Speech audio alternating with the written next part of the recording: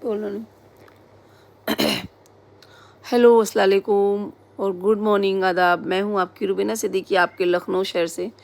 और सुबह के बज रहे हैं 6:30 और गुड्डू इतना रात में रोता है, इतना चिल्लाता है अपनी आवाज़ में, अम्मा अम्मा अम्मा, मुझे बाहर कर दो, मुझे बाहर कर दो।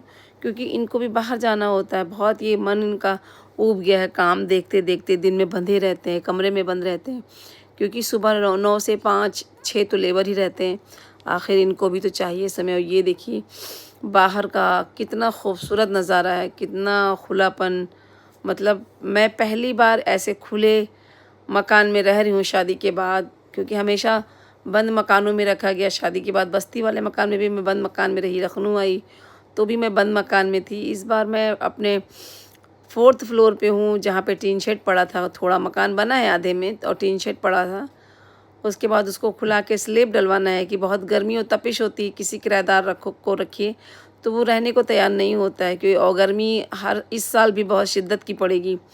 तो ये पूरा फ्लोर खाली रह जाता है, इसका कोई फ़ायदा। इवन मैं खुद रह रही हूँ, मैंने पहले किराएदारों की बातों को मैं बिलीव नहीं करती थी कि आखिर यहाँ इतनी गर्मी रहती। मैंने तो मकान बना के दे रखा है, छत पड़ी हुई है।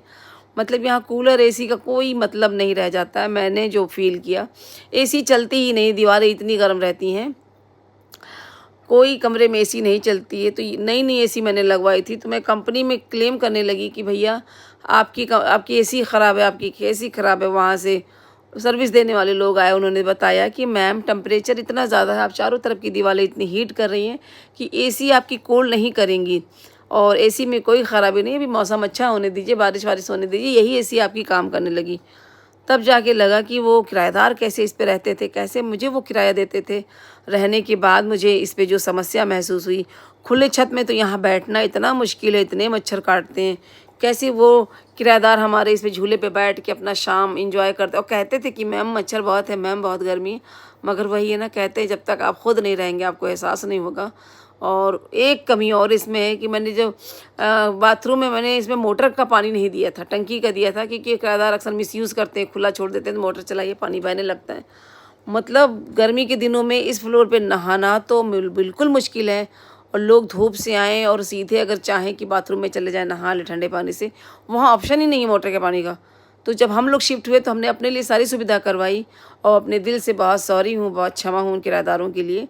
और बाकी आगे इन्हीं सुविधाओं के साथ मुझे किराएदारों को देना है। और मुझे बहुत गिल्ट है कि मतलब ये सुविधा इस फ्लोर पे क्यों नहीं थी। कहते हैं ना कि जब तक खुद पे नहीं पड़ते इंसान समझता नहीं। बाकी तो सभी समझदार हैं। खुदा हाफिज़, अल्लाह हाफिज़, दुआ में याद रखिए।